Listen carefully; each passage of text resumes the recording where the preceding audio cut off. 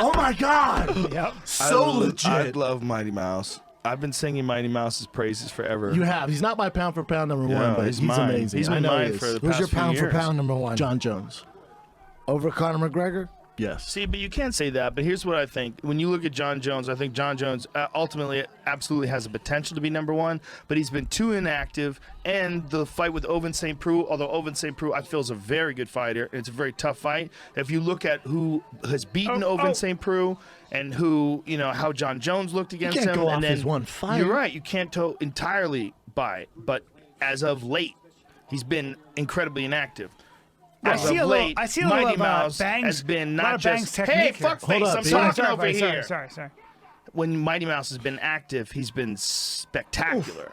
He's been spectacular, but the thing is we've seen Mighty Mouse lose. We've never seen John Jones lose. You're right. God, you guys are missing a great fight. You're right, but he's not fought. And also, what Mighty Mouse is, he can make a mistake, get punched with right hand. They're 125 pounds. They keep on.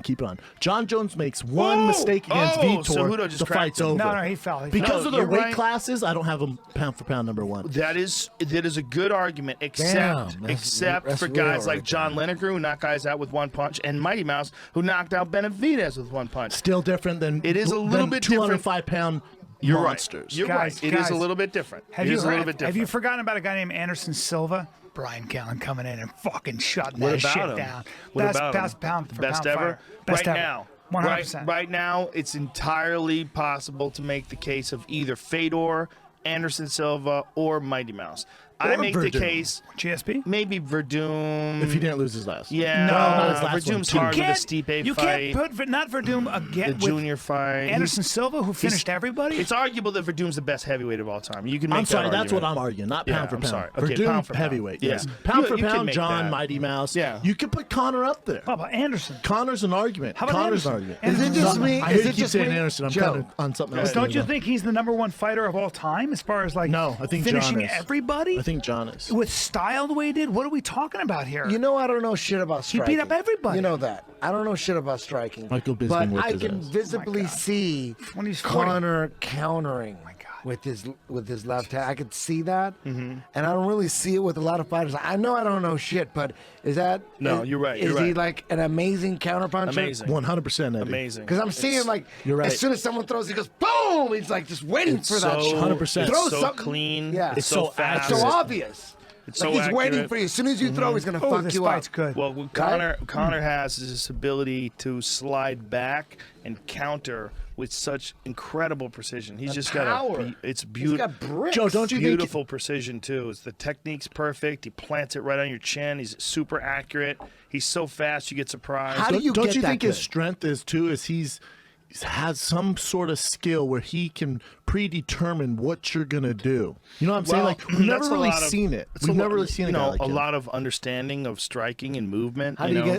get that good Time. at countering? If you say I want to be, if a guy comes to you and says, Joe, I'm going to dedicate my life to you. I want you to turn me into the ultimate counter. I would say fighter go like to Conor. that fucking dude on his knees in front of Joseph Benavidez.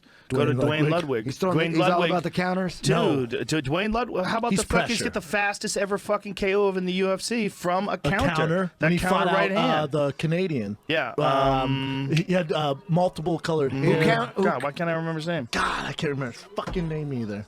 God damn Does it. Joey You have a twin haunted me. brother? What would you do though? Benavidez? Like, Yeah. No. like an actual, not married to sending me to Megan O'Leary. Dwayne Ludwig, but what would like a drill you would come up with that you'd say, okay, you got to do this shit every day. Well, it would 10,000 depend on hours. where you're at, like skill wise. Like, can you kick? Can you punch? Should you not even bother kicking? How much time do we have to work with you? Like, what are you going to do? Like, if you took a guy who had like almost no kicks whatsoever, you'd say, okay, let's forget the kicks.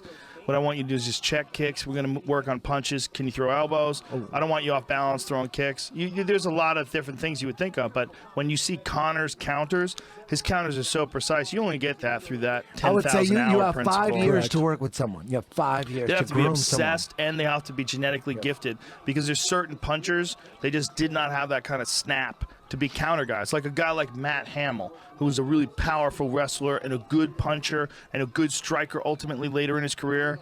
He never had that. But there's that fucking spat Damn, you that said some Matt dudes Hamill. have.